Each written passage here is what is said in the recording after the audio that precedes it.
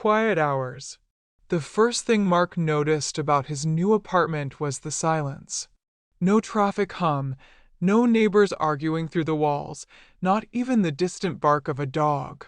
The landlord had called it perfect for rest. He worked nights at the hospital and slept during the day, so quiet was a luxury. Still, this was different. Even the old pipes didn't groan. When he turned off the TV, the silence rushed back in, heavy and pressurized, like air before a storm. On his second night there, during the dead stretch between 3 and 4 a.m., Mark woke up with the unshakable feeling that someone had just been talking in his ear. He sat up, heart racing, but the apartment was mute. He listened so hard that his own pulse became deafening. After a few minutes, he laughed at himself, lay back down, and forced his eyes shut. "Don't sleep on your side," a voice whispered. "You'll miss it." He bolted upright. The room was empty. His phone showed 3:13 a.m. He didn't sleep again until sunrise.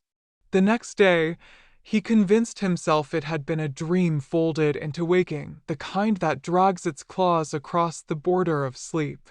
He'd seen enough patients in the psych ward to know what lack of rest could do to a mind. Hallucinations, intrusive thoughts, voices.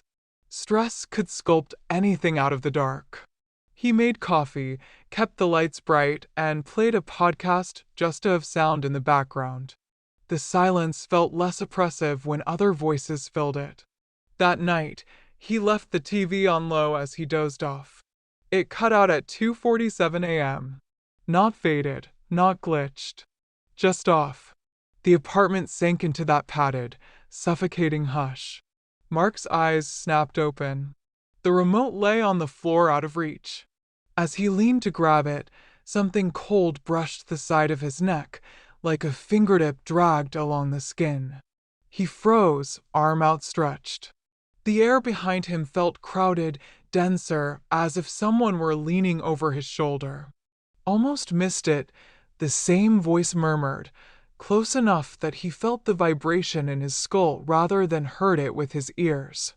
"Listen." Against the silence, a new sound unfurled, a high, thin ringing, like metal cooling or a far-off scream strangled into a single note. It grew clearer, resolving into the muffled stutter of footsteps overhead. Slow, dragging steps. But there was no apartment above his.